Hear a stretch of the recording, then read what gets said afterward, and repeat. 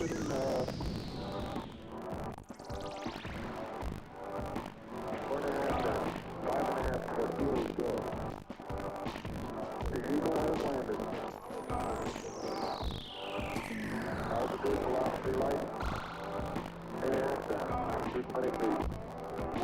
you on the ground.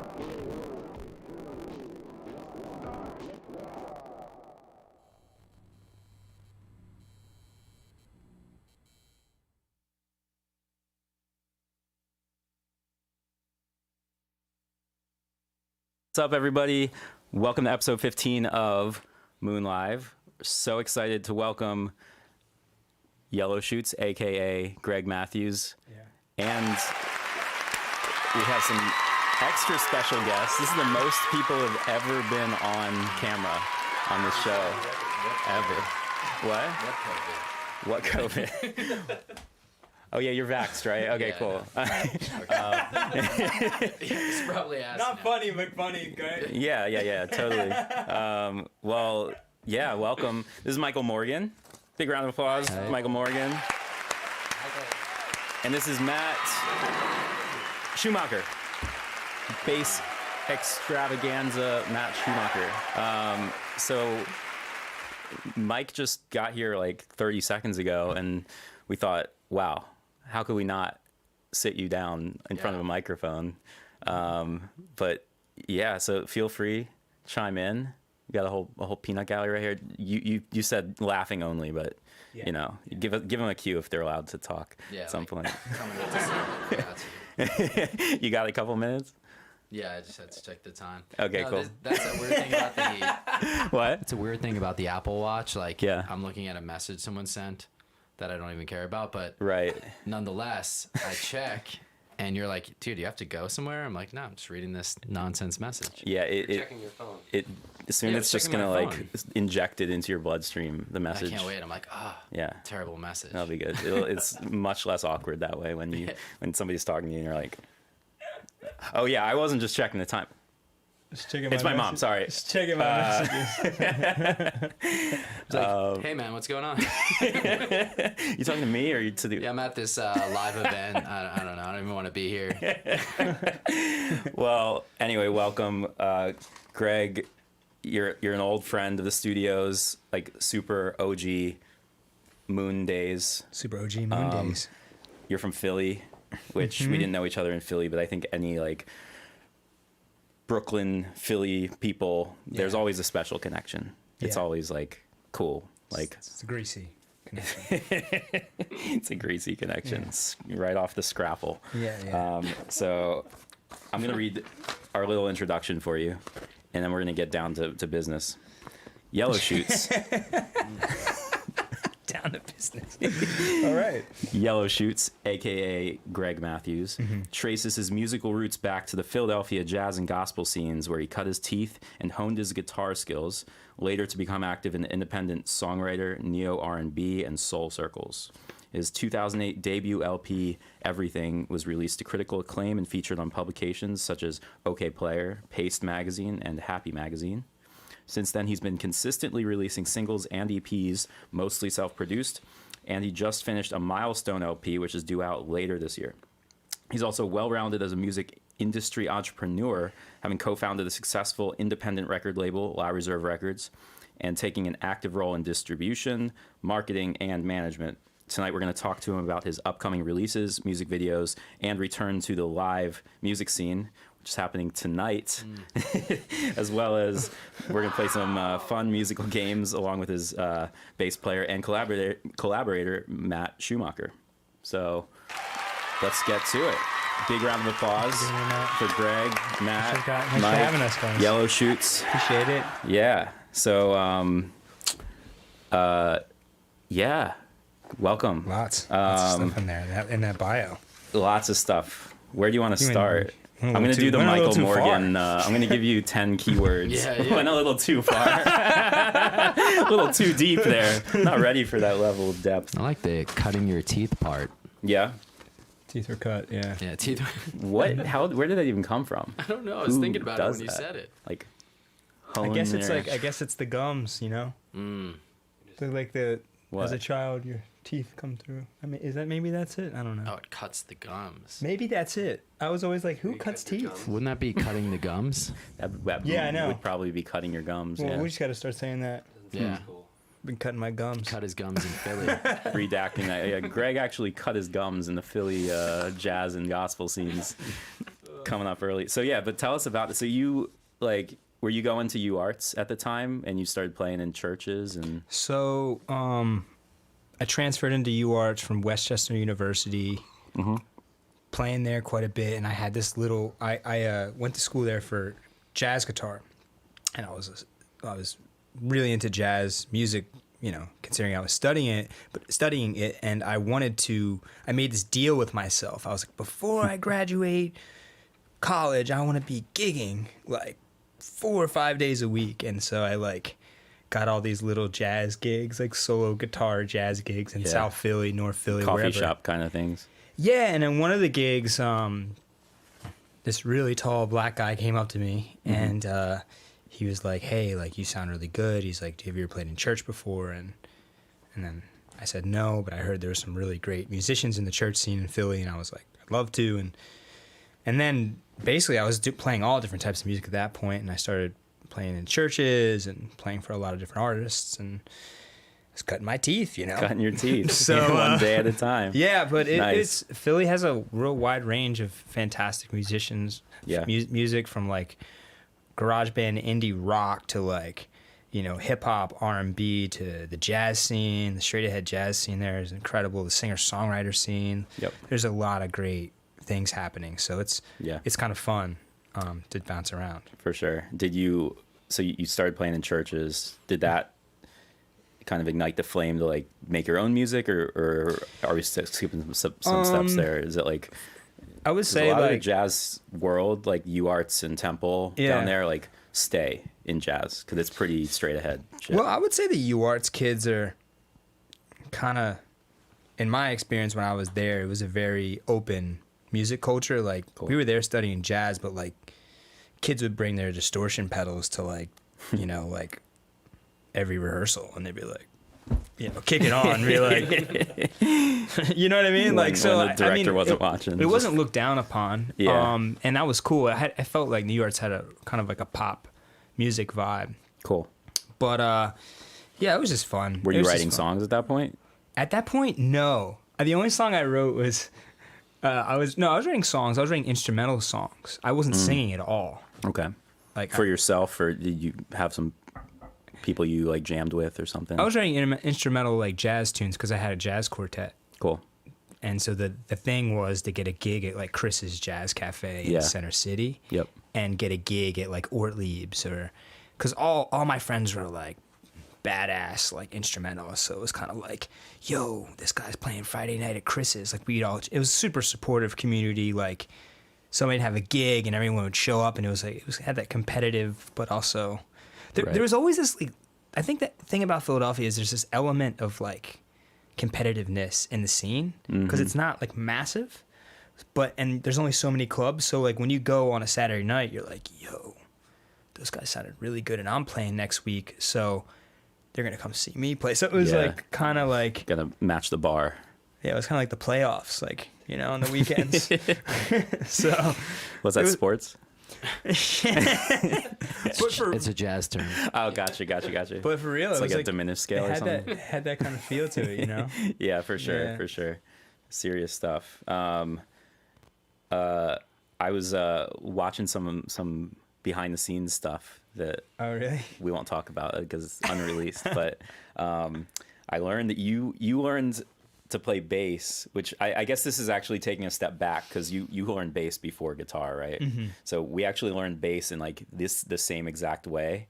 Oh, really? And we never talked about this, but both of us were just in a band or being propositioned to play with some dudes or whatever, and they're just well, you need a bass player, you can play, right? And something like that. We both just for you were playing sax. I was playing alto sax in a hardcore straight edge band.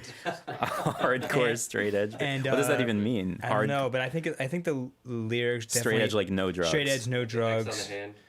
Like straight edge, no drugs, but like really tough guys. You know what I mean? Like playing hardcore music, and it was cool. Like I just remember just like trying to play like 30-second notes like on a reed instrument, like you know.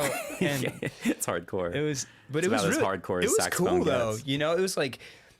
That was the first time they're like, yo, put a mic on a saxophone, and like we had like PA systems, and it was like a mission to like rehearse every week, because it'd be like, yo, we don't have a speaker, like we gotta go find a speaker. And it would just be like fun. It was so fun, because that's like, you know, with music you need some level of technology to kind of get it off the ground. And when you're playing a horn instrument in a rock band, it's like, well, dude, we need to get a PA. And so it was like, right, you need a microphone. And then like that's the more big gear tech. we got, everyone's like, I want to play guitar, because like the guitars were like the loudest and stuff. And that's when someone quit, and like and we had a bass, and this dude Jordan Spillane, shout out to Jordan. This is a 6th grade, 7th grade. No, this was 10th grade, 9th or 10th grade. Shout out to Jordan. He lent me his bass, you know. Yeah. And I took his bass home, and I practiced and learned, like, you know, Smells Like Teen Spirit and all that stuff. And then they were just like, we need a bass player. Somebody needs to play bass. And I was like hooked. Yeah. I was hooked. And my mom's like, you're going in the basement. That's unfinished. Right. You can practice down there. That's still pretty good. Nice. Yeah. Yeah. For me, it was like very similar. It's just my buddy Alex Kahn. We met freshman year. Again, it was like this, like a bunch of people from Philly, but in New York. So just like immediate bond, even though we didn't know each other. And he was just like, hey, I like started this band, and we're going to go out to like take the bus to New Jersey and practice. Like, you want to play bass? Yeah. And I was like, I don't play bass. He's like, oh, perfect. Just get a bass and come, and we'll play, we'll jam. So I was like, okay. And that was it. It's like, there's such something a great cool. instrument to just like fall into your lap and just learn how to play. I think there's something cool about like giving someone a guitar, and then like them coming up with their own style, and then giving someone like a bass, and you know, give a man a bass, give a man a guitar, he'll eat for a day. Give a man a bass, he'll eat for his whole more than one day. Maybe, yeah. Well, it's funny because you got to tell me stories about how you started playing bass. Yeah. And it's the exact same thing for you. And you're a real bass player. Well, I mean, it's been a lot of years since then, but like I was. Same thing. These guys were starting a band, and I play guitar already, and they're like, "Well, yeah, we don't need a guitar player. Yeah, we got one of those. We need a bass player. Here's a bass." They just handed you a bass. I didn't own one for like the first year or two, or whatever. Yeah. And then I got a phone call, like somebody else saw me play bass, and there was like a phone call. I was like, "Hey, can you come play bass in our band? We'll give you $100." Oh shit! And I was like, big money. Like, okay, no more guitar. Yeah, I threw out the guitar the next morning. That's awesome. Yeah. And this is in New Orleans?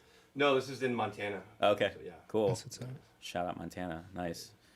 Awesome. Cool. Well, yeah, and then so now getting back to like chronological order.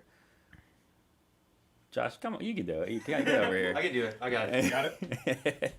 Yeah. The whole audio engineer crowd is watching this like, why is the mic so high? Do they know? So like, what are they miking his eyeballs or something? Way taller. It's phasing. Cool. But then you learned guitar from there. I guess you had like you had the facilities at that point to like figure out the strings and stuff. And then why though? Why do you learn guitar? You started writing songs, you started playing with some different people? So I think I played saxophone when I was in the 3rd grade till like the 8th grade, and there's all these kind of rules, like if you wanted to continue playing in the band in high school. I was also an athlete. I played soccer. And so there was like this kind of like, hey, like you're going to play soccer, or you're going to play in the marching band or whatever.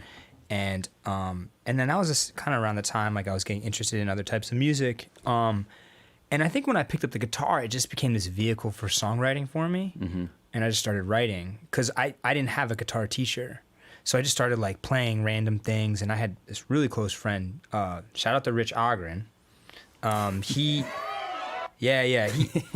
made a safe space for me to be able to create, like, cause you know, like when you're in high school, everyone's like, you're good at this or you suck at this. And like, you know, I think I was like kind of in this place, like being really open to like trying new things. And he was like, oh, that's a cool song. Like, let's like try to work on that. Like, come over to my house. And like, he had this kind of way about him where he was like, yo, that sounds good, dude. Like, you've been playing for 3 weeks, but that's cool. And I think like that creative space was kind of what drove me. It wasn't about learning songs, because I didn't really know how to play songs.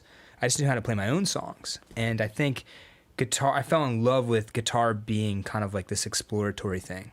Yeah. Which saxophone, unfortunately for me at that time, wasn't that. Right. So, yeah. And I just got obsessed and stopped like going to school and stuff. And, like skipping school to practice, or like, you know, do, you know, whatever. Stay in school. Stay in school, kids. Yeah. But yeah, that's something that's really important, I think, is just, and it's like, you mention it as like, you know, this was when you were a kid, whatnot, but it's still the way people are. You know, people are either like, you're in a creative space with somebody and you're making something, and they're like, that's cool. Like, it's like the improv thing. It's like, yes, and this, and like, you know, being supportive and taking ideas and building off of them, or they're like, nah, I don't really fuck with that, you know, and like, let's do something else, or like, I'm not into it. It's just like, you know, one of those ways is a lot more fun to work with than the other. I think it's like really important as someone who's trying to create things for a living to like find, like, to constantly kind of open up like, if we have a big wall, it's kind of like you poke a new hole and then try to go through that. And it's more or less just like, because things can get pretty monotonous, you know, when you, if you know how to make a certain type of song, like, you probably don't want to make another 300 of those same types of songs, right? So, so it's kind of like not knowing what's on the other side is like most of the fun, you know? I think so, yeah. At least in my experience, you know? Yeah, it can be threatening, I think, that if somebody has a different array of experiences and skills and aesthetic kind of beliefs, you know, it can be like, oh, well, that's not familiar to me, so I have to kind of stick with what I know, but I don't know. It's interesting. Yeah. But, yeah, Philly. So you started writing songs. Did Yellow Shoots start when you moved to New York? Yeah. Okay. Yeah. Why'd you move to New York? I actually moved to New York because I started getting really interested in entrepreneurship.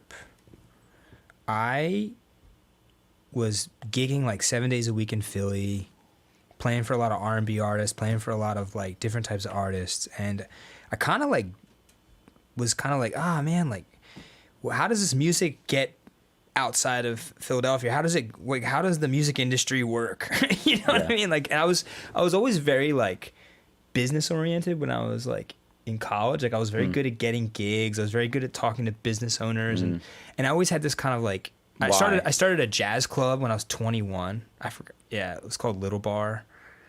And I got all this like weird experience. I didn't know that. Where was it? It was in South Philly, the 8th and Fitzwater. Cool. I ran it for like a year, and I did that while I was, so I had this experience, and I was like, this is kind of weird, but I also felt kind of self-conscious about it because I was like, oh, I'm a businessman, and I'm also a musician, and it's not really, it wasn't, when I was, back then, it wasn't really cool to be both. It was kind of like, oh, dude, you're a business person, like, you don't understand this, and so I was doing both, and I thought I was dating this woman, Morgan, and she had this really cool job at a tech company, and I was like really fascinated with like what they were doing, and I was like, it got me really into entrepreneurship. And you know, New York it still is a very great place, but back in 2013 and 14, I was hearing all this cool apps and things being built, and music collectives and like things like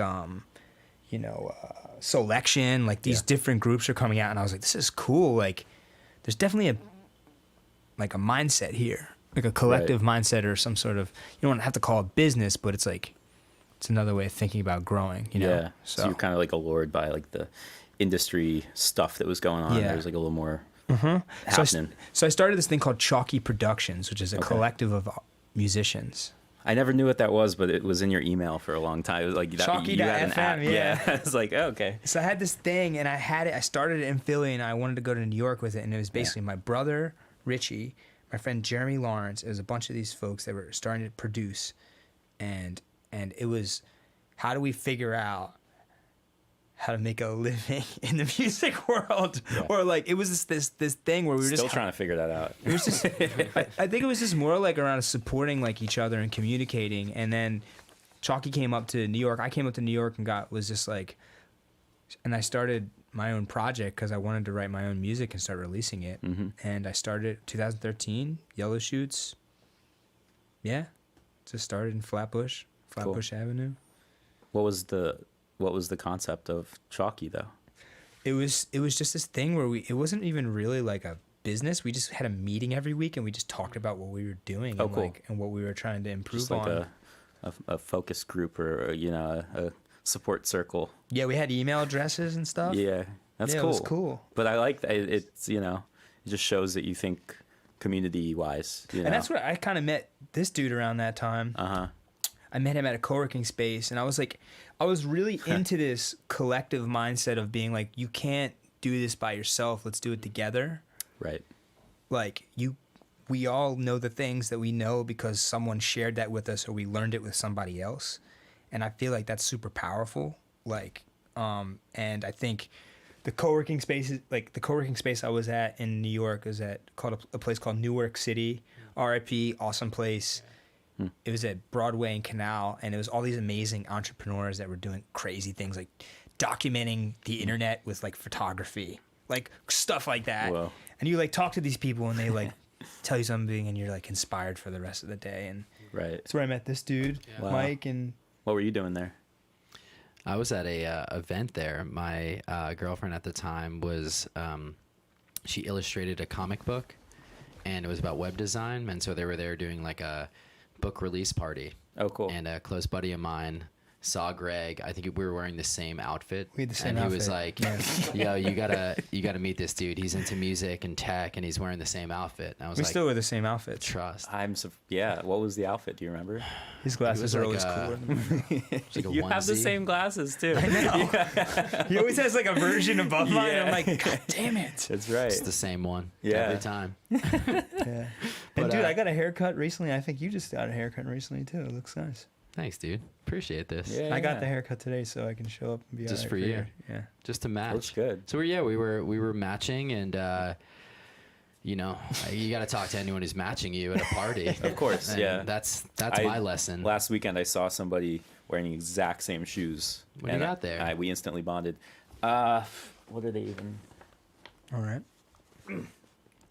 Oliver Cable. I don't know. I saw it on Nice. Instagram. They got me with the Oh, ad, yeah. and I was just like, I wanted a pair of white shoes. Yeah. And Thought about white shoes and then it yeah, came up on your they knew I didn't tell anybody. I never spoke it into the universe, like That physically. happens, right? But they knew, and I was swiping, in your and it was like bloodstream. the exact pair of white shoes I wanted. So I didn't even ask any questions. I just Yeah. did it. They showed up at my doorstep, It's that time of year. and then that's what I asked the guy. I was like, "Did you get those on an Instagram ad too?" And he was like, "No." You probably did. I think he did. I don't think He's like, he "It was wanted to Facebook, own it. bro." Yeah, he's like, Weird. I'm only on Facebook, yeah. So I don't know. That's cool. I don't know if I could trust this guy though. Who knows? You might end up in this situation. It's kind of cool. Yep. But Yep. Cool. Well, something you said recently. By the way, just a big shout out to Michael's channel. You have your own series Oh yeah. called Exploring creativity. Exploring Creativity. super Yeah. cool. Michael's a designer, musician, and author. Do you consider yourself an author, or do you have to get a book out to say that? Future author. I don't Future know. author, a burgeoning author. Yeah. Future hyphen author. Yeah. There we go. Future Thank author. you. Yeah.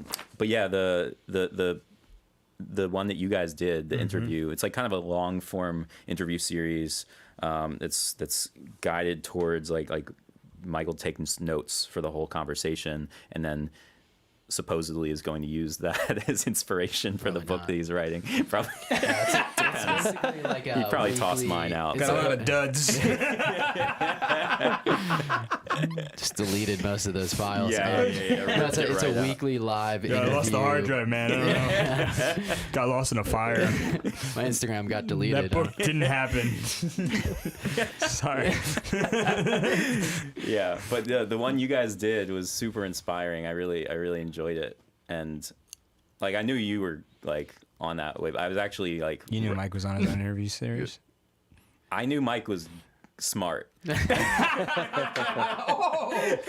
I was then you worried. were- I knew you were smart too, like to an extent, but like you were like really ripping them out. Like I was like, holy shit, this is some like deep stuff they're getting into. I've been transcribing the interviews, and I actually just started with Greg's, and yeah, there's some lines there. You had to take a break. It was Man, you just deep. gotta take Like, a long shit, I'm too subway ride, inspired man.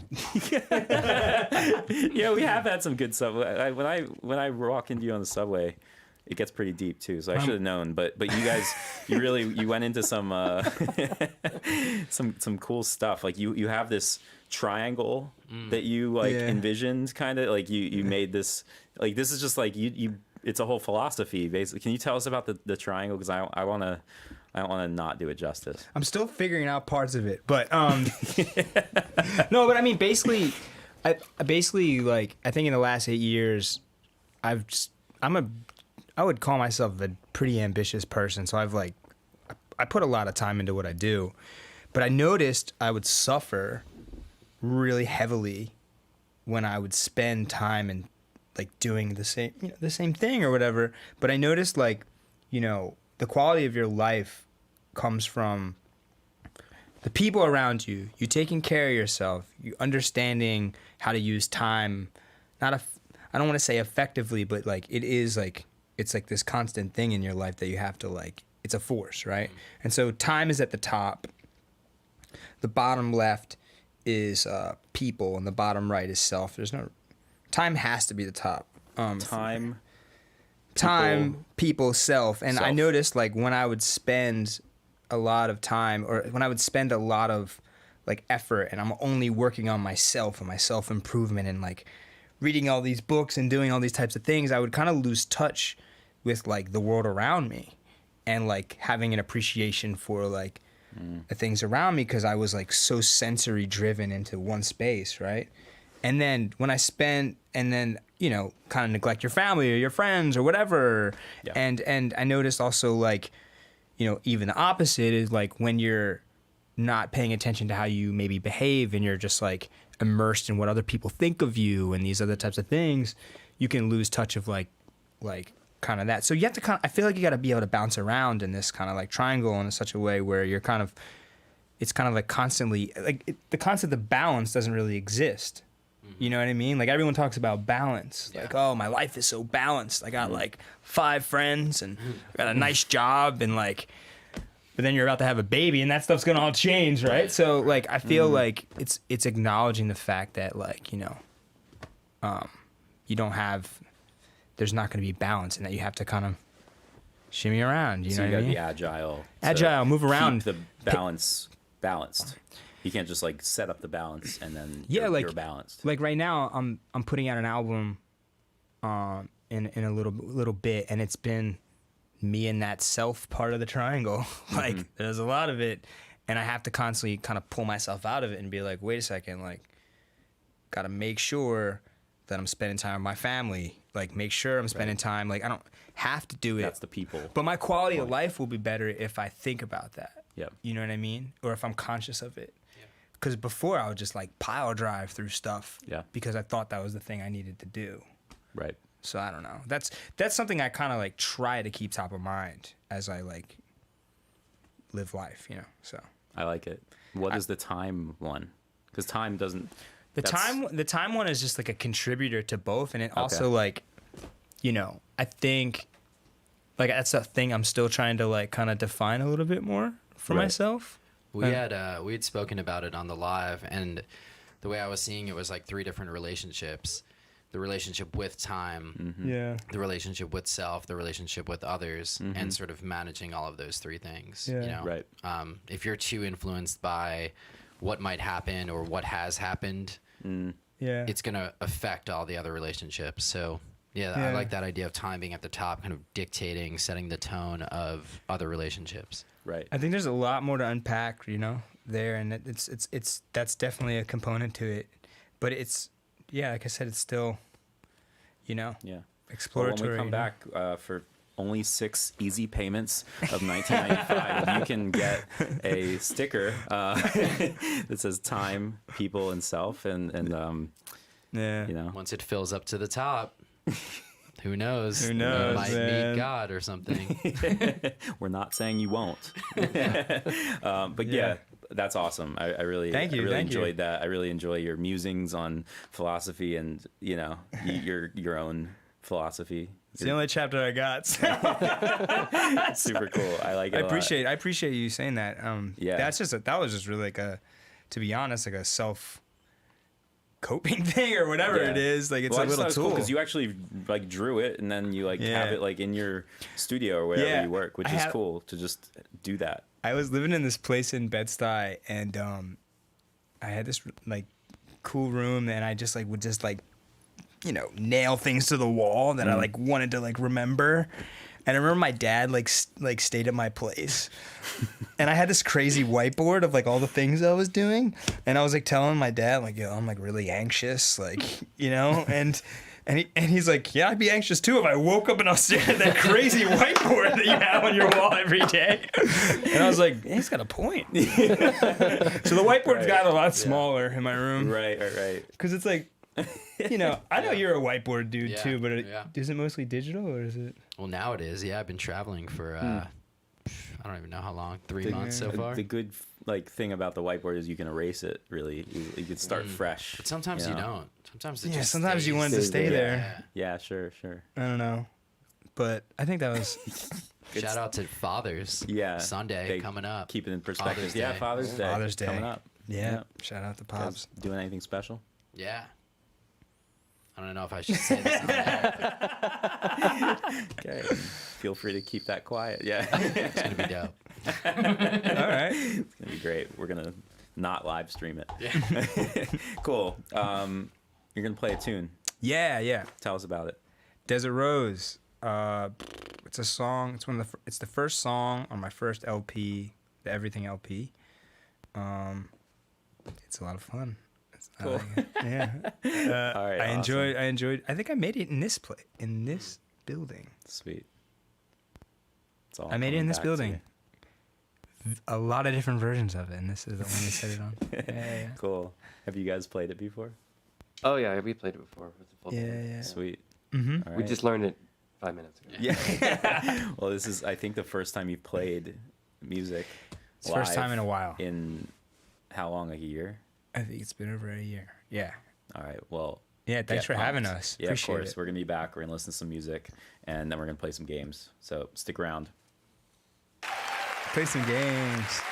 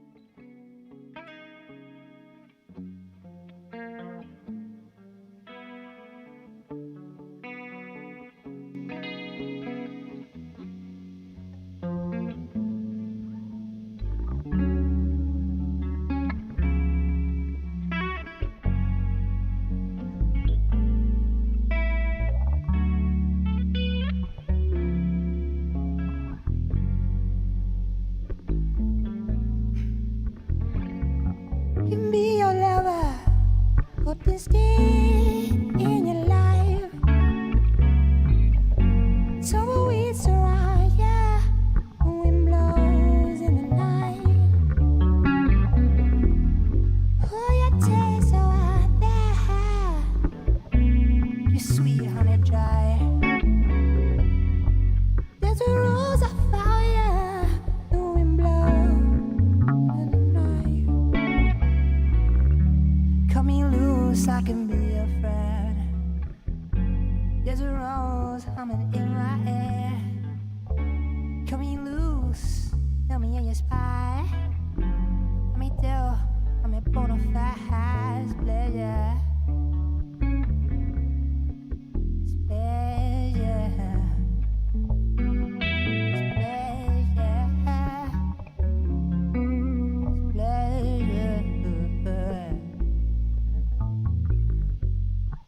Be your lover, open light in your brain. Tumbleweeds around, yeah, feeling in the sun. Cut me loose, I can be your fair. There's a wrong, cut me loose, feel me in your spine. Let me do, let me bona fide pleasure. It's pleasure. It's pleasure.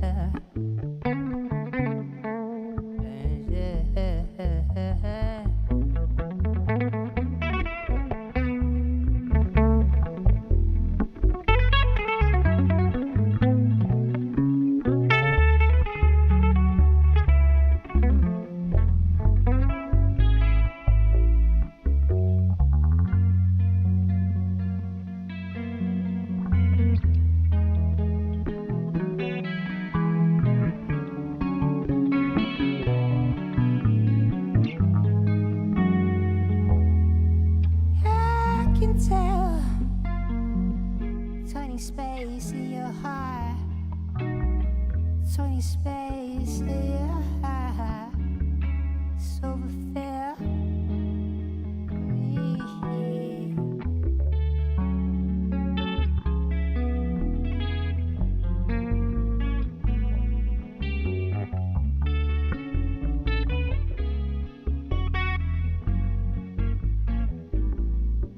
Displeasure, displeasure, displeasure.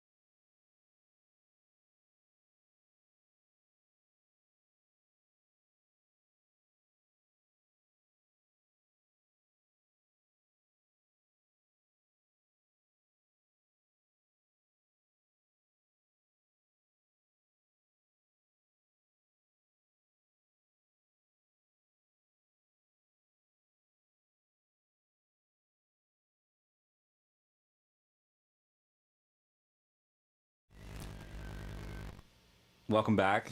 That was amazing. Thank you. What a first Really performance back after a year. You're back.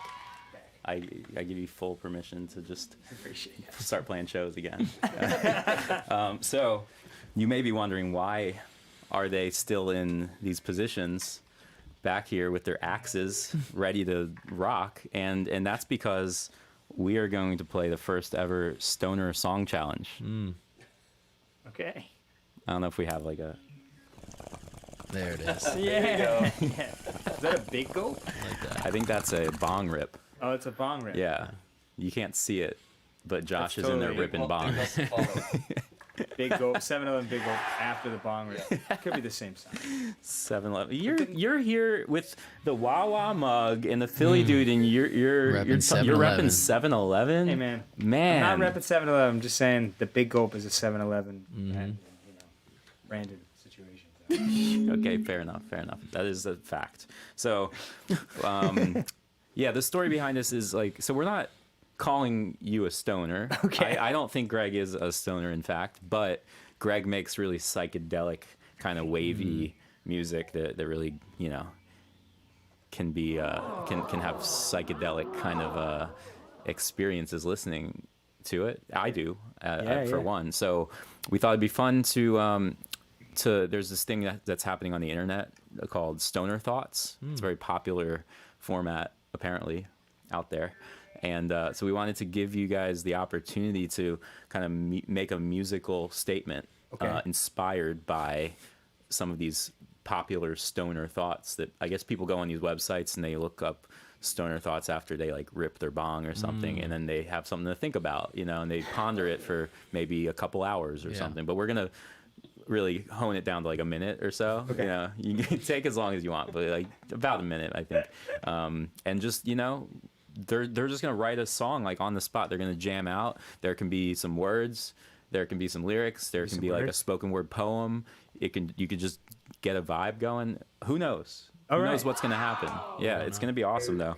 So here we go. Are you ready for the first stoner thought? Ready as I'm gonna be, yeah. Okay, here we go. If you clean a vacuum, do you become the vacuum cleaner? I think I got something for this. Take it away.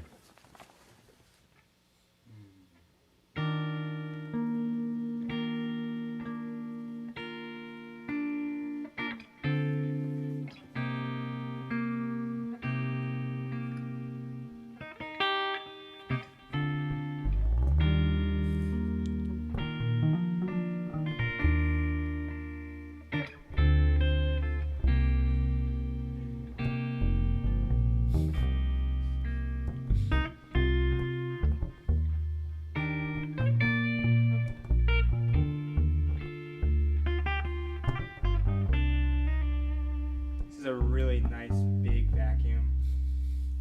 It's a Dyson. I just got a Dyson vacuum recently. Oh my gosh! Congratulations. Yeah. It's a good vacuum. And I really want to become that Dyson vacuum. This is a So well Dyson designed. level. The engineering Thinking of me is that way. beautiful. Dyson level riffs right here.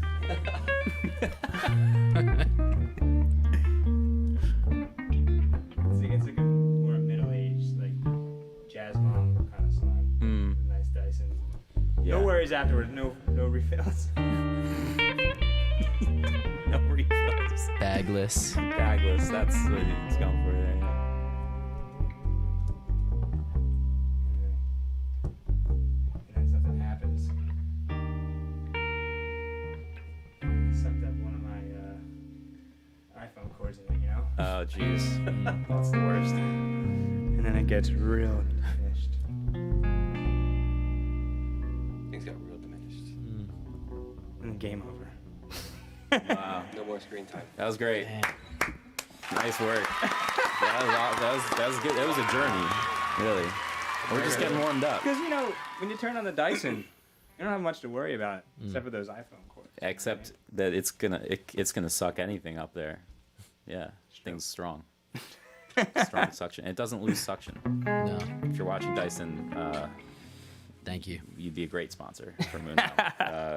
Okay. Yeah, that was nice. I like that you. I like that you were feeling out the story. You were forming the story in your head as the music. It sounded a little like Desert Rose. It was a little bit like Desert Rose. Yeah. Yeah. It was Desert Rose. Because I mean, I'm telling you. Next time I'm vacuuming, I think I'm gonna pop on Desert Rose. I mean, I did just get a Dyson, so Yeah. it was a really enjoyable experience. I was so pumped to open up the box. Yeah. I think you got me on the Dyson. Probably. I'm a big Yeah. fan. Yeah. Yeah. Nice. The things you learn playing Stoner Song Challenge. Yeah. Exactly. Cool. Well, let's keep moving. So the second one, this one really, like, when we were, when the Moon team was going through the Stoner thoughts, this one really, we weren't even stoned, and it really threw us for a loop. Really? It's still, I'm still in that loop personally. So get ready, brace yourselves. If you get out of the shower clean, then why does your towel get dirty?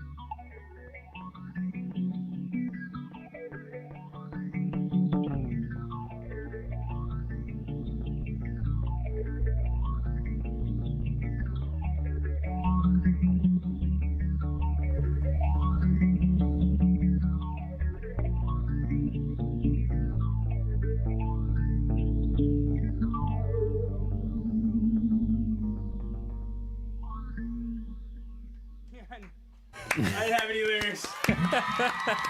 So when you write songs, do you write the music and then the lyrics? Most of the time, I do come up with the music first. Yeah, me too. I come with the music first. I think I try to like make the picture with the music first, like the setting. Yeah. And that was like me being like, dude, this towel looks clean. Yeah, is that what You know what I mean? Right, It's just like the drain is still draining, you I was know? hearing water droplets. Yeah, Water droplets. Yeah. it was very very dropletty. I wanted to pick up the pace to be like, what's going to happen next, you know? There was suspense. cool. Sorry, Nice. maybe we'll do lyrics the next time I'm on. Okay, challenge accepted. Well, we have one more, and this Perfect. one, it's also a loop. It'll throw you for a loop. It certainly threw me for a loop. You might have the inclination to laugh because it's a little funny, but then you're gonna realize very quickly that it's not a laughing matter. It's very serious of a thought. So, Okay. are you ready? Sure. Okay. Turning up the delay. Yeah, he's got to. Get ready. Okay. Who closes the bus door after the bus driver gets off? Think about it. Bus driver. Out of the bus already. He left. He got off the bus. You mean like that thing? You can't just shut it.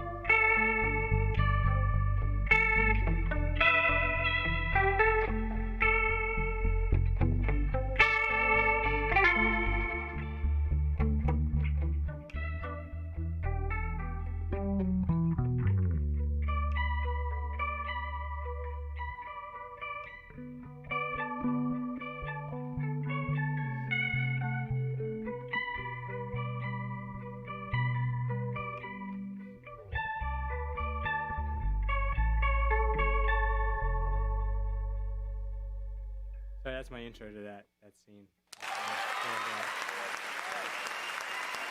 That was awesome. Our first ever stoner song challenge. I like it. It was very thought-provoking, that last one. I pictured the bus driver sitting in his seat, kind of just wondering, like, If you should wait a second. How do I get off this bus if no one is going to be in the bus to close the door after I leave? And it didn't really resolve past that, so I think the bus driver is still on the bus, and maybe all bus drivers. Yeah, it was a nighttime. still It was on a the nighttime bus. scene for sure. Definitely, yeah. Nighttime scene, kind of windy. Yeah, for all the bus drivers out there, please don't drive stoned. It's not, especially New York City buses. That shit is crazy. You can't. Those Cocaine only. If you're gonna be. Soft drugs. Cool. Well, okay. How about you guys just switch? Now. Okay. You put the guitar away for now. Okay. You put the bass away for now because we have another game before we get to our last song. Oh, okay. Love these games. We're all about the games. The game challenge. Nice. Thank you. Should we just shuffle off? Shuffle off. Are we shuffling this way? Or No, you could. Oh. You could stay around just there. take a knee? Oh, because we're missing. Yeah, can we get another stool? We lost the stool. Right here. There you go. There it is. Yeah. Holding that for a second. That's cool. Yeah. You can put that bad boy over here. Let go of it. I just balsam and cedar. Mm-hmm. Shout out to Jim Salamone, who put me onto that candle. He was still is a Philly-based producer, studio owner, where I had my first studio internship. I met him at Drexel. He taught like a summer course at Drexel I took in like a Pro Tools class, and he opened a studio in Newtown, PA, and that he would light that candle every single day, and it's just like that woody. He's still burning this candle. As far as I know, we need to catch up. It's been a minute, but dedication. I don't see why not. It's a classic. I hope No, it it's is. classic. Yeah. I just gotta You got It's a little lower. you got shorter. Something yeah. happened. I didn't think I could get The shorter, stool and I did. malfunction. Cool. Yeah, this is funny. You're the mismatch of heights. Something's really funny about all that. good, it's all good. I like it. It's comedy. So Yeah. let's rock with it. All right, cool. So we're gonna play Over Under. It's our favorite game here.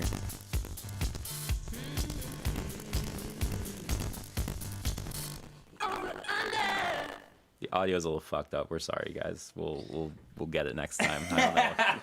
It's like a bit crusher. Yeah, it's Yeah, kinda yeah, cool. yeah. nice. It's cool. It's cool at times. At times, yeah, small doses, like hardcore music. It's good. Hardcore saxophone. Do you know how this game works? Have you No, ever I played? don't. Okay, over under. It stands for overrated, underrated. Okay. And we're gonna throw out some key terms to you, like some cultural stuff, some ideas, some philosophies, whatever, and you just get to kind of tell us what's on your mind if you think they're overrated, Okay. underrated, or properly rated. Properly rated? If you feel like they're okay. neither over or underrated. Okay. It's really open and you can do whatever you want. I'm not going to stop you. All right. You ready? Uh-huh. Okay. Van Halen.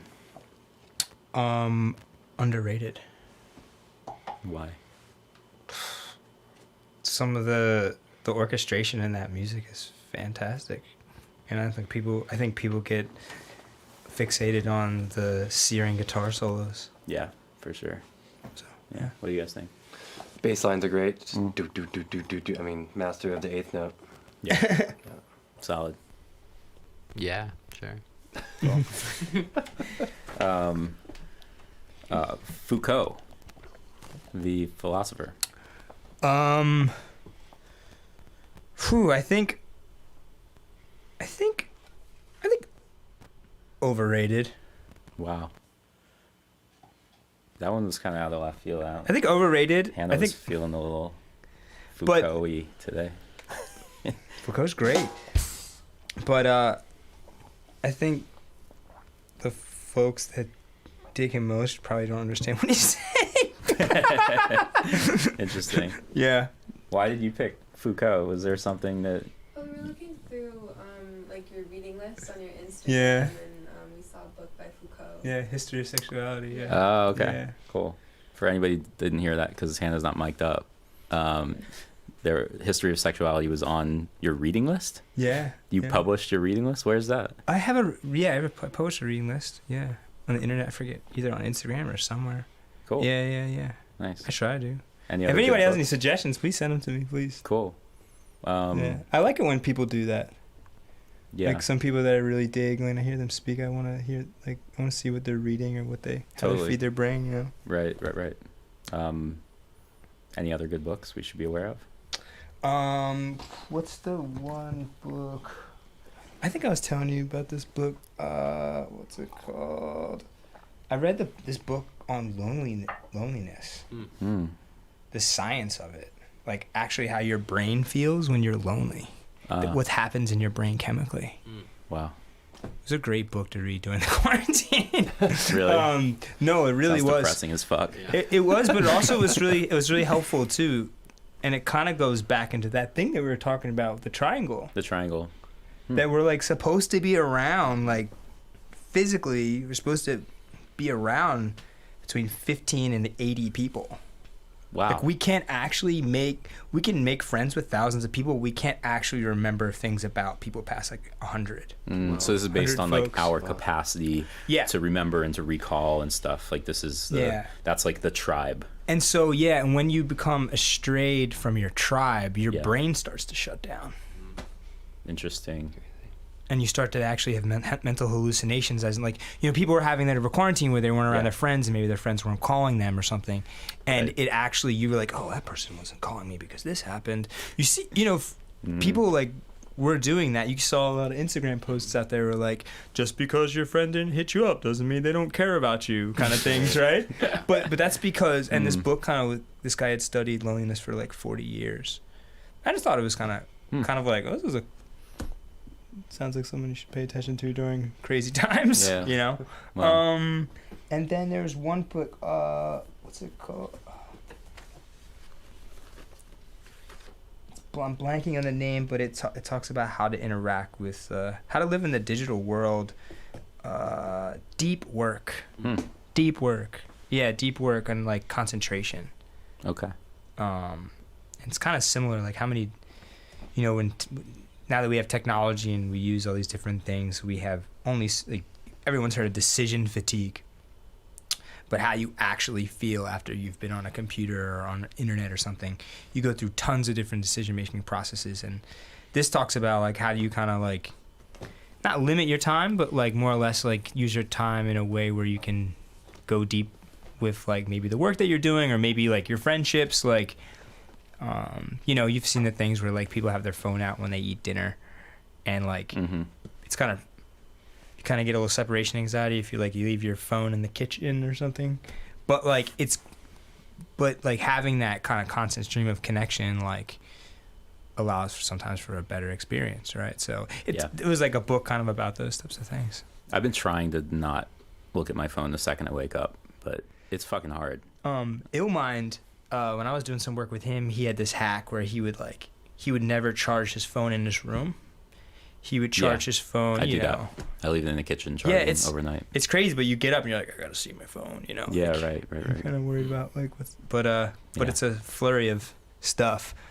I have my watch over there. I take my watch off when I play, but I got an analog watch because of deep work. Or it digital. Inspired you to, as opposed to what? Because you check the time on your phone. And when you check the time, I thought your watch was digital. I'm saying a digital watch. I'm saying I have a wrist watch. Apologies. But not analog. yeah. It analog. reads digital, but you mean like it's not an Apple Watch? Is that what you mean? It's just a Casio digital watch. But when you said like analog, you mean like it just serves the purpose of telling the time. It serves the purpose of telling the time, and like when I look at the time, I look at that instead of my phone, because the phone opens up like 15 different dimensions of things that I have to think about. Yeah, totally. And but those are decision-making processes that you're going through when you do that. Right. So, yeah, those two books were kind of interesting to read over the period of time, because I think all I really had in that last year was like mainly digital things to interact with friends, you know. Yeah. So it was kind of like, okay, Yeah. how do I deal with that, you know? Totally. Yeah. Cool. Mhm. That stuff's good to think about. I mean, we're both proponents of the Apple Watch. We were just talking, and you told me like you turned off all notifications, and I was like, Except messages. yeah, Which we saw earlier. yeah, right, but messages only. So Yeah. it's like it tells the time, and you can read your text messages. No color either. No It's all color. black and color, white. yeah. Oh, why? That's cool. The color is too. Preserves battery, but also less distraction. Gotcha. It's not like alluring to look at the watch. Just like data. Cool. Would you Data. prefer to see the world in black and white if you Yeah, could? why not? No, definitely not. It's beautiful as it is. Okay, cool. Wow. Cool. That'd be cool if they had like black and white filter Just turn glasses it on and stuff. off whenever. Yeah. There's a function for it in terms of design, like seeing things in black and white. You could see contrast better, composition better, Yep. because like the color adds a whole nother level of decision making, distraction, Yeah. stimulus. You know. Yep. That's all I have to say. Number 3. Fender. Fender. I would say underrated. I'm still finding like Fender instruments that I never have heard of before that I'm just like baffled by. No, underrated, 100%. Yeah. It's kind of a trick question because, like, all right, there's so much to Fender in so many Yeah. different eras, and like, oh yeah, these instruments they made in this era were shit, or these ones that they had made in Japan during this 3-year period were awesome. Yeah. You know, so yeah, it's kind of tricky question to answer because there's a yeah, lot it's of. too I have much. a Fender bass I bought, like it's from the '90s, right? Mm-hmm. And I used to think it was great, but it sucks. You know? it's horrible, you know. And they just weren't making good instruments then, so Right. those are overrated because they were selling the name. Yeah. You know. Yeah. Yeah. But It's in true. general, yeah, underrated, I guess. Right. This is a really hard game. Yeah. There's Yeah, this game's there's no hard. right or wrong answers though. You know, it's all just it's more about the explanation. I think, Right.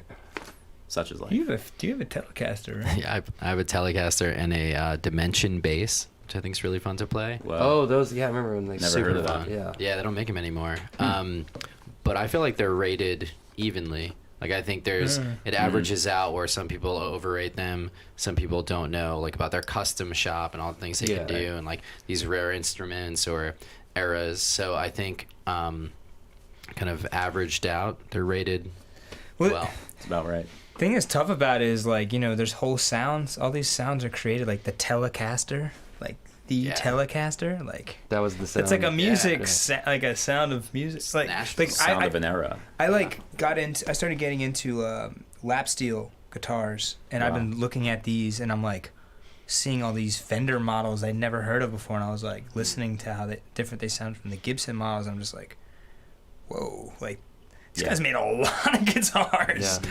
like, and it's just gonna endless. It's pretty cool, but you know, to Matt's point, there's you know.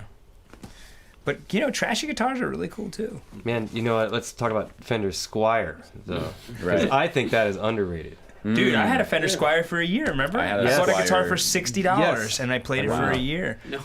Absolutely. One of my Amazing. favorite basses I ever had, I got brand new for $180. Yep. It was this white Squire, and it was the Affinity Squire, which is like the shitty Squire. There's And- like a tier under Just the regular worst. Squire. But for some reason, the combination of wood, they just lucked Yeah. out. I don't know. It was one of the best selling Yeah. basses. Yeah, yeah, I've yeah. sold. Yeah. But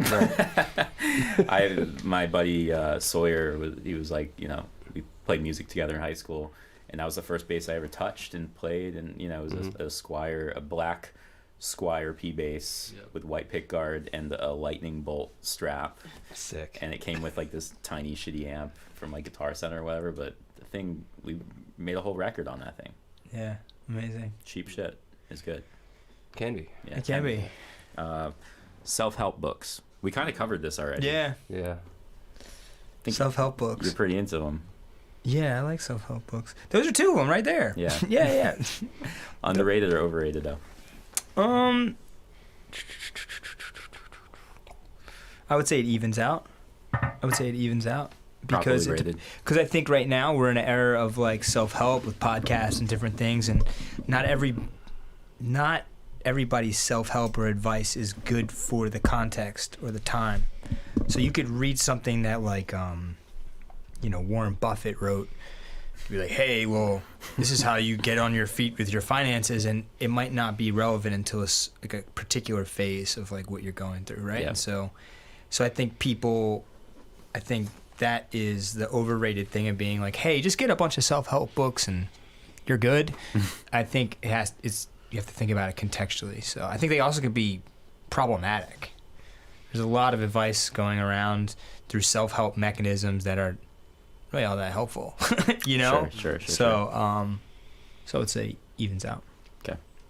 Be careful with self-help. Yeah, be careful. Yeah. Tourist garb. Tourist garb. Underrated. I love it. You have any key pieces of tourist garb?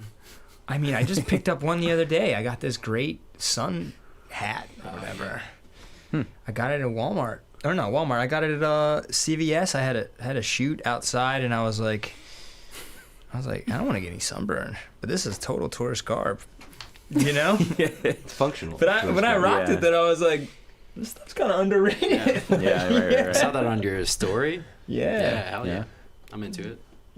Yeah. Let's check this out. By the way, CVS has some really good deals for summer. Igloo, the igloos coolers. for like the Right. coolers for the Right. beach. Have Everything good was deals? there. It was in the Is this a summer. special It was that's in the running summer right now? section. The Yeah. summer section. Thanks to our sponsors at CVS. Yeah, they had some cool Throwing out a hats. free promo tonight. Yeah. Okay, I like it. Yankee Candle got a shout out. Yep. We live in a very Branded world. Well, yeah, branded world. Yeah, totally. All right, you guys feel the same way? Any hot takes on tourist garb? I was thinking about self-help books. You're still thinking about that? Yeah. Oh, You I feel really like- need help then. Yeah, I do. We're on to tourist No, garb. And I you're feel still like- thinking about self-help. Yeah, well, for the people that wear tourist garb. No, I'm writing a book on it right now. How tourist garb can improve your life Yeah. in 8 easy steps. I feel like Greg covered it well, the self-help thing, but I feel like the people that overvalue it can Yeah. be dangerous. Yes. Like thinking that there's like 3 steps to whatever or like 5 steps to whatever. Yeah. It's too summative. Tourist garb, Summative, that's a great word. I love yeah. it. It's functional. It looks kind of weird. Like you're like, who made that decision? Mm-hmm. But like, it's attractive because of that. It's sort of like hearing a weird part of a song or melody that kind of grabs your attention. Yeah. When I read it at first, I kind of like pictured like the like I love New York or like a Hawaii branded like patch or something. But now that you guys talk about it, I think I'm thinking about it more like functional travel gear, like a fanny pack. Those are back in full force. I want a fanny pack really bad. I need to get one. But like things that are like. Would when you you're wear it around traveling, your chest or would you wear it around your waist? I think I would do the sling, like the diagonal. You want to do the chest? I mean, you wouldn't do the Like the, actual the fan waist? The actual fan. I wouldn't not. I'm not afraid to. Is that I'm not afraid. Yeah. I'm not afraid. He read his self-help book Are about you- it. Would you walk into a suggesting- party with it around your waist? Sure. I could see you I- doing it a really white comes down to leather which one. is more comfortable walking comfortable. around a party around my. I just prefer it around the shoulder. Yeah. I don't know. I think I'm more used to wearing things around my shoulder. I've never worn anything around my waist like So that. fanny packs, extra pockets. That means you could rock pants without pockets, right? Mm. It's true. Wow. Different. Never thought about You wear a that. lot more tights. Is more this tight opening up a skirts. lot of options Yeah. for you? Or do you have, Yeah, have yeah, you I been think so. I eyeing was a lot thinking of about pants it. without pockets? Yeah, I bought some pants without pockets. Oh, the other really? day, yeah. Wow. No Fanny- pockets? No. No pockets. I've never even seen a pair of pants with no yeah, pockets. so I had to wear a jacket with pockets. I was like, shit. And it's hot out. It's summertime. You can't be Yeah. wearing jackets. I had to make a choice, man. Does this pocket right here, does the flannel pocket get a lot of use? Mine does. gets so much use. It does. The older I get, the more I use my shirt pockets. Yeah, that's real. That's what I think is the sign that I need to get a fanny pack. I think a white leather one that you have kind of to the side. Oh shit. I'd be like, yo, I fuck with that, dude. Okay. But am I allowed to say that on here? It's getting censored out, right? Just let her rip. Yeah, you can say whatever you want. Ooh, there it is. Where do I get this? I don't know. You We know can a probably spot? find it. Okay. eBay. Instagram will tell you. Yeah, it's already on the way. Yeah. We're gonna get one It's in the right hallway. after the white shoes. They wanted to make sure I would follow through Right. first. Yeah. All right. Cool. Eye contact. Eye contact. I think. I think it's overrated. Whoa. Wow. Sociopath. Huh? Yeah.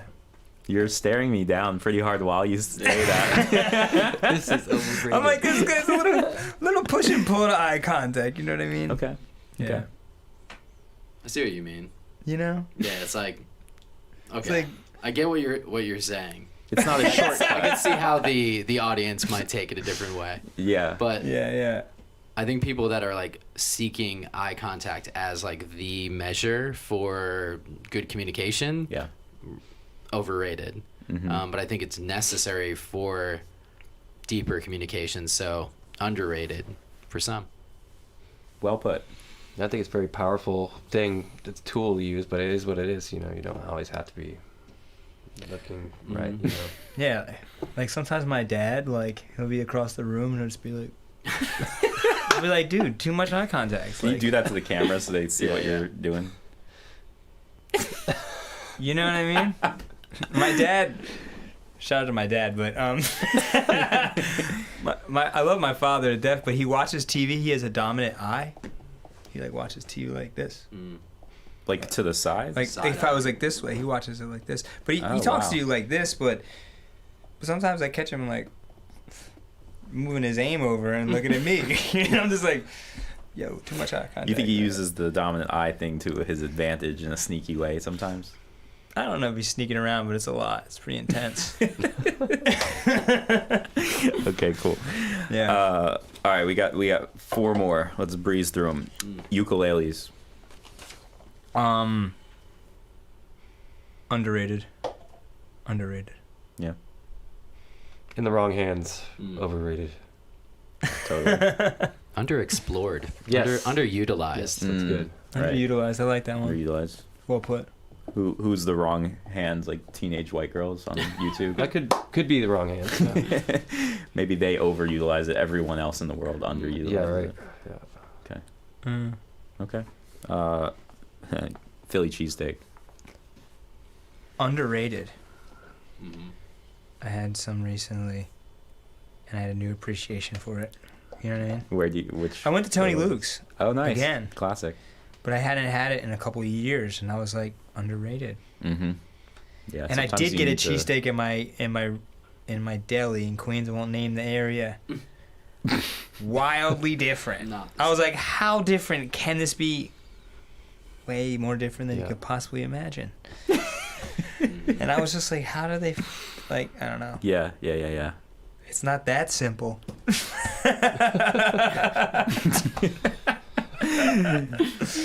Come on. That's like the Philly slogan, like cheesesteaks. It's not that simple. or for the people of Philadelphia, we're not that simple. Okay. No, that's well put though. I think it's Yeah. like you think it's so. It's like yeah, you know they could do it. It's a deli. They have meat. They have a bun or they have Yeah. a roll or I'm blanking on the name of like the long roll, not a hero bun. Hoagie. Well, No. that I Yeah. don't know, what do they call them here? I guess just a hero. Like when you They call go to a them deli heroes. and you don't want a Kaiser, you want the long roll. What do you tell them? Say the roll.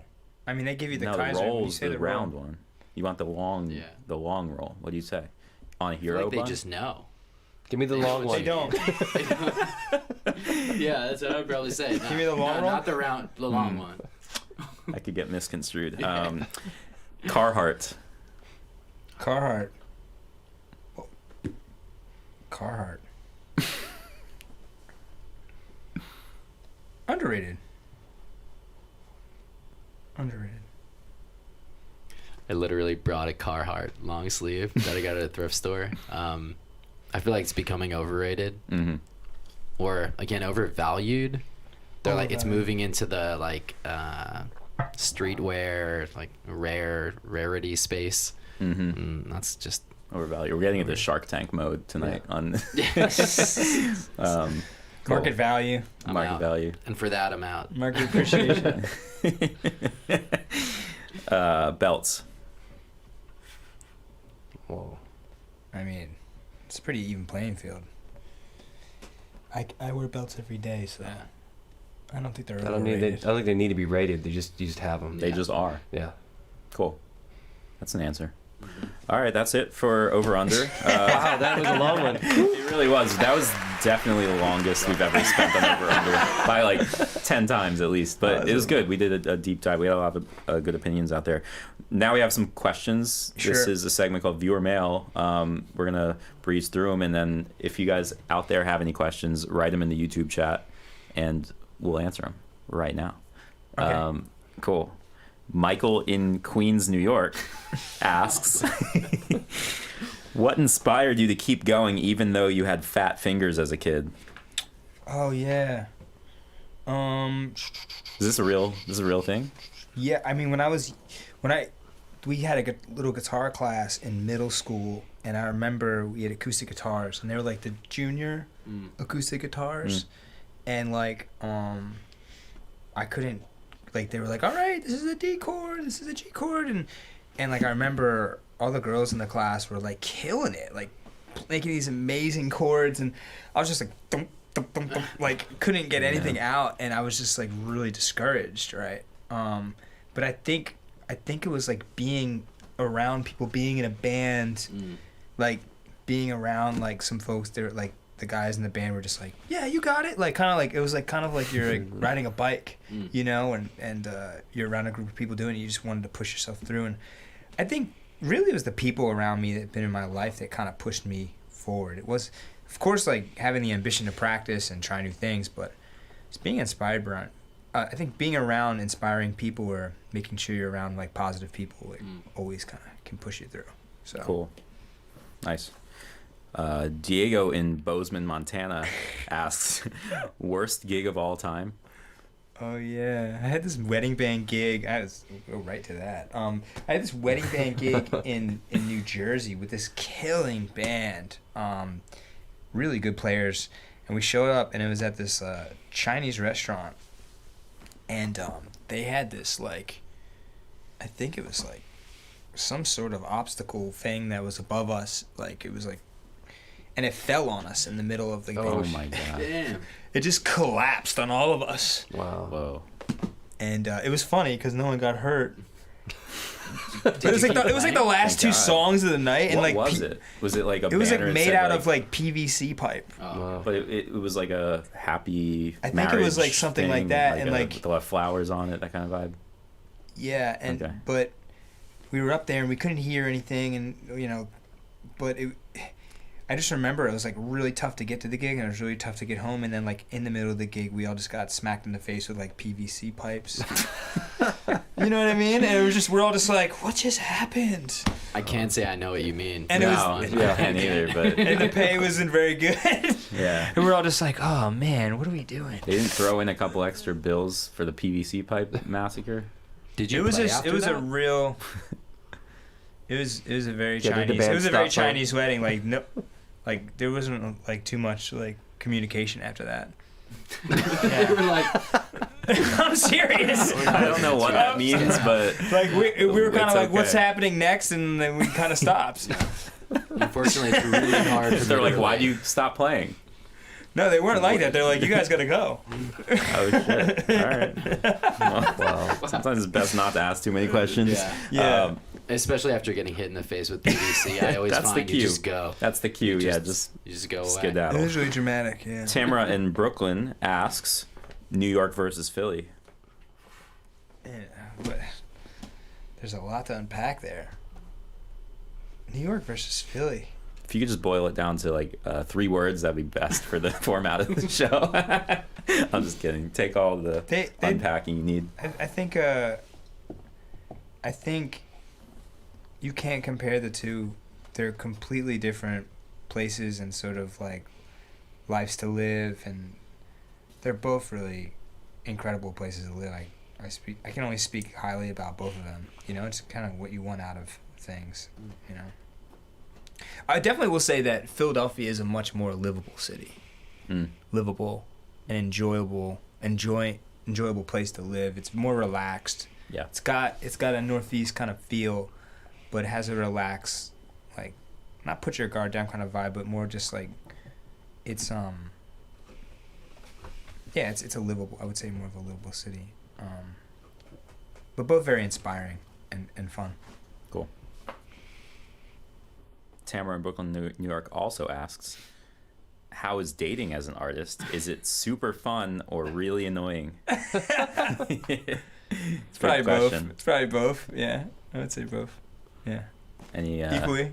Any lessons learned as an artist in the dating pool? Maybe I'm still learning them. Like, there are. I haven't learned them yet, but they're out there. Yeah. Okay, cool. Personal. This is a personal show. And yeah, there was a second part to that question, which was, what other creative things do you do besides music? Like hobbies or anything? That's tough.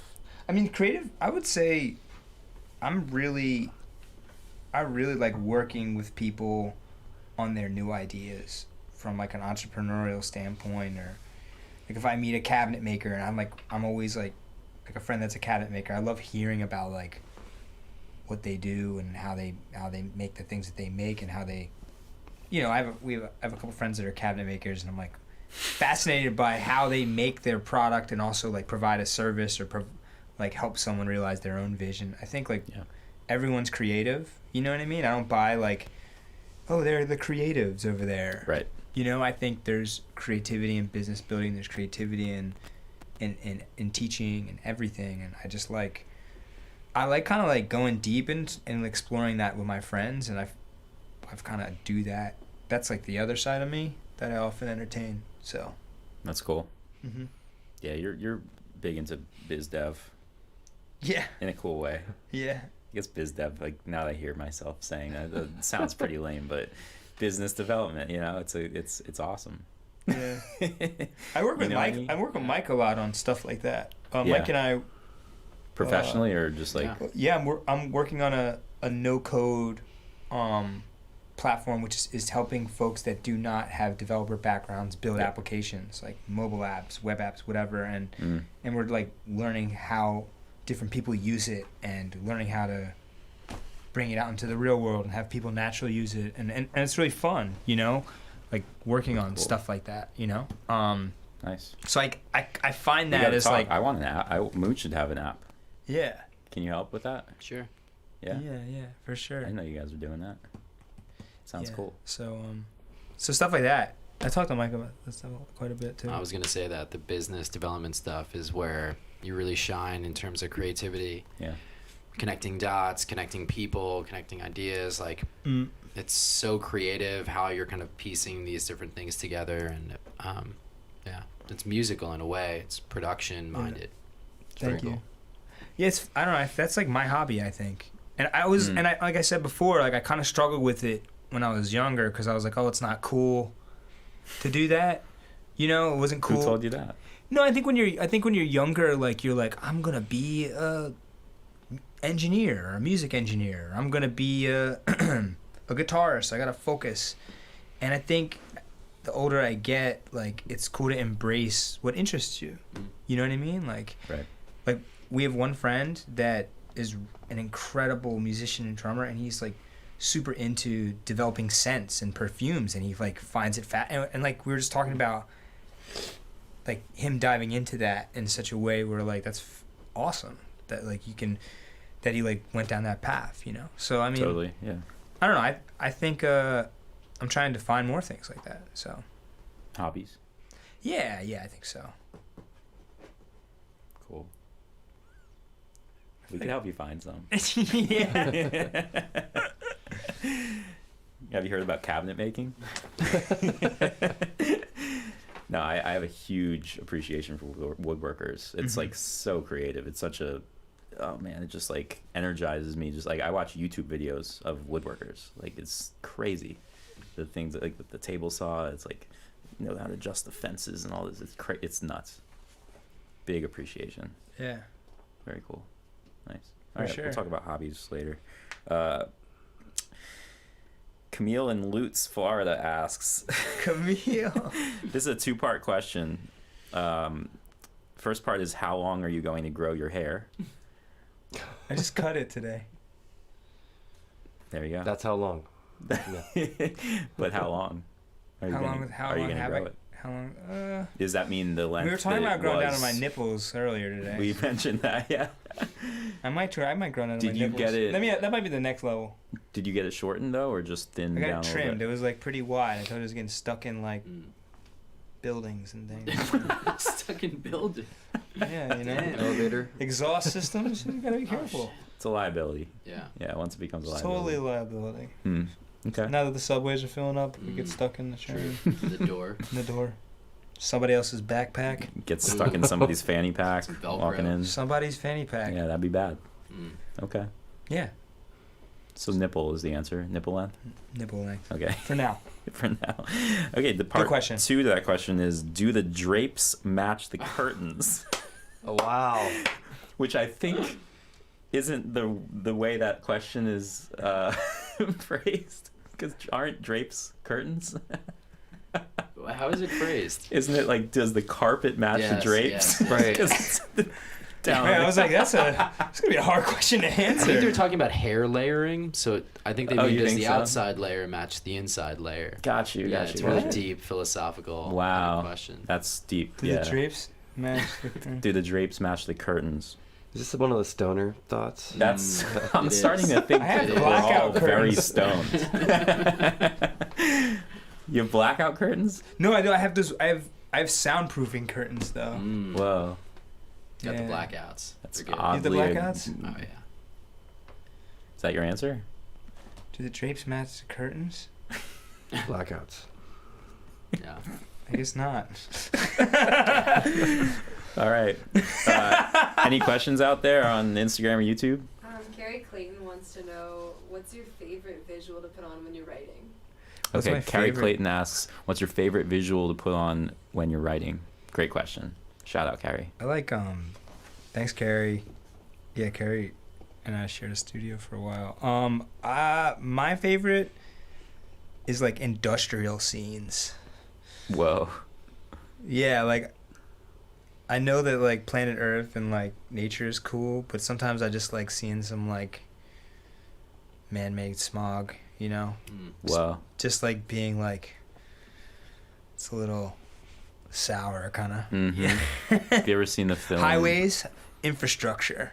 Have you ever seen Koyani's Katsi, the Uh-uh. film? Oh man, you have to see it. It's a 3-part series, and it's just a series of still like video filmed from a single point of like, and each of the 3 parts has like its own kind of theme, but there's Yeah. a big recurring theme of like the man-made Yeah. patterns that emerge out of like buildings and cities. That's cool. And yeah, I like so that I stuff. think you would really dig it. I have huge appreciation for architecture and just like how someone engineers a new highway system or how they're gonna solve a problem. So I think like seeing that kinetically move around in a video is like kind of cool. Yeah, nice. Yeah. Cool. Hey, what about you guys? You guys have any? The Apple TV screensaver. That's Oh, it's it? Like, great. amazing. It's really good. It's incredible. Yeah. Slow motion, like 4K, aerial shots of jungles, Like of drone- cities, airports. Yeah. Like beautiful, beautiful. Yeah. I put that on when I write, or even if I don't know what to watch, I'm like, just watch that. Yeah. It's pretty good. What about really you, good. man? You know, I have like a screen in my studio off to the side that it's, you know, I don't know, 20-inch splat screen or whatever, and I'll just put some random Netflix. There's nothing specific. Yeah. Like you mentioned, Planet Earth or something like that. Just something random shots of, Mhm. you know, drone shot over Right. some, you know, glaciers or something like that. Yeah. Mhm. But it doesn't have to be that. I just will just throw it on and it'll just be something random. You know. Yeah. Just something to look at, because a lot of times you'll just kind of be working on something, and instead of like just looking at the wall, like, oh, here's something going on over here, to like, you know, take your mind to somewhere else real quick and then get back. Because when you're working on music on a computer, you're like looking at this, you know, you can only look at the Ableton colors for so long. Yeah. You know, before. I recommend in that same vein, like the have you ever watched Slow TV? It's called Slow TV. Sounds cool. I think it's like a European thing. I think like, they actually put it on like where we would have like infomercials in the middle of the night or something, but it's just like for instance, there's this one where it's just a camera just like out of a train window, and or just like it's the front, it's like from the conductor's viewpoint out of the front of the train, and it's just like an 8-hour train ride through like the Swiss Alps or something. There's a name for this, like I think it's called ambient TV. It's like a new thing that like Netflix kind of coined, this idea of like TV that you put on in the background. That's kind of the vibe we're going for with this show. Yeah. Or just turn it just off. mute it. One. Just leave it on. Just we'll just kind of be hanging out in your TV off to the side. But it speaks to novelty and creativity, which is kind of awesome. Like just having new stimulus all the time, it engages something. Like you said, instead of looking at the same colors in the same room and whatever, like novelty is really useful. Yeah, totally. Learned some new stuff today. Oh, we're done. Any others? That's it. Thanks for the questions. Good questions. Really. Far. Cool. Appreciate all right. it. Well, thanks for having us on here. Yeah, of course. We're gonna wrap up and listen to another song. I'm Oh, super yeah. pumped. Before we get to that, you have any plugs? Anything like coming out you want to speak on? Where should we follow you? I got Give a us new the song whole coming spiel. out next week. It's called Flying High. I'm pretty pumped about it. Did you write that on the Stoner Song Challenge by any chance? I did, yeah. Flying High? Last year, yeah. No, it's coming out next week. Got a bigger project coming out very soon. Yeah, a lot of fun things. Last year was a big writing year, you know, and I'm excited to kind of share it with the world. And yeah, it was definitely like a dig into your roots kind of year. Learn more about what your influences mean and what these things mean to you. So I kind of took a long time, had enough time to settle with that, and that's coming out I think in the next month or two. Yeah. Cool. Nice. So keep your eyes peeled for that. For sure. And yeah, appreciate you having us on. Awesome. Cool. We'll follow this guy on Instagram at Yellow Shoots. Mm-hmm. Follow this guy at Michael.J. Michael.Morgan. Michael.Morgan. At Matt Schumacher. Bass. Yeah. Cool. And please like and subscribe and leave a comment on the video. It helps us a lot. We're trying to build this thing. We have almost 50 followers. I think we were like 2 away from 50 followers on YouTube, which is, you know, it doesn't seem like a lot, but like we just started this up and we have no people like on YouTube. It's like I feel like people don't really hang out on YouTube. They don't talk about it, but like it's such a cool scene community. So yeah, subscribe and then it'll tell you when we're live, and we're gonna do more videos, put out more videos from the studio, and yeah, we're super pumped about it. So thanks for being out there. What are you guys gonna play for us? Song is called Everything. It's off my first album. Yeah. Cool. All right, we'll be right back. Appreciate it.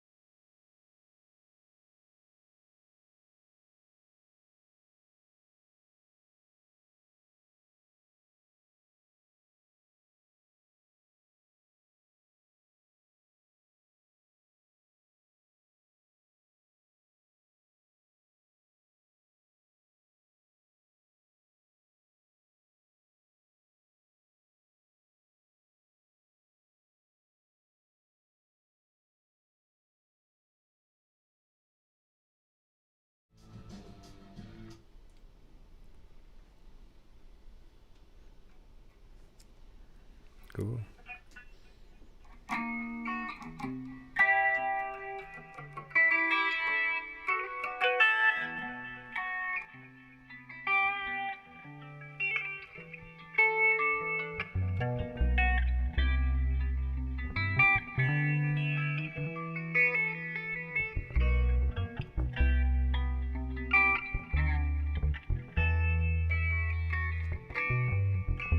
Oh yeah. Know that we were lovers in another life.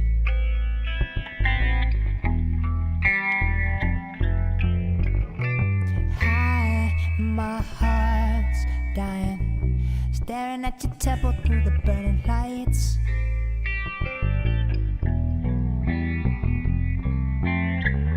You make me run, you make me lose myself. I'm lost and found, but you don't see me. Swimming in words, the words you say, drifted out of sight. My life, our life, our lost. Ooh, na na na, she's everything. Ooh, na na, that girl is everything. Ooh, na na na, she's everything. Ooh, na na na, that girl is everything. Ooh, yeah. But do we were lovers in another life?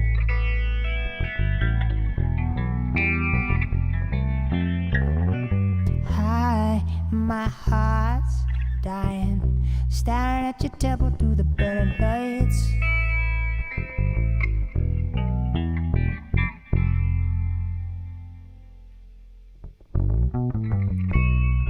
Ooh, na na na, she's everything. Ooh, na na na, that girl is everything. Ooh, na na, she's everything.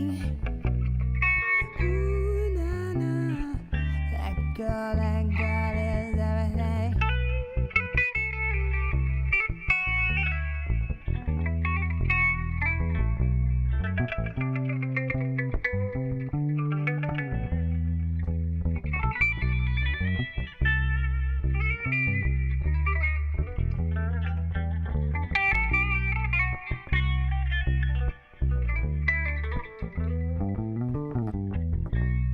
I threw it all away for ya. Throw it all. I threw it all away for you. I threw it all away for you. I threw it all away for you.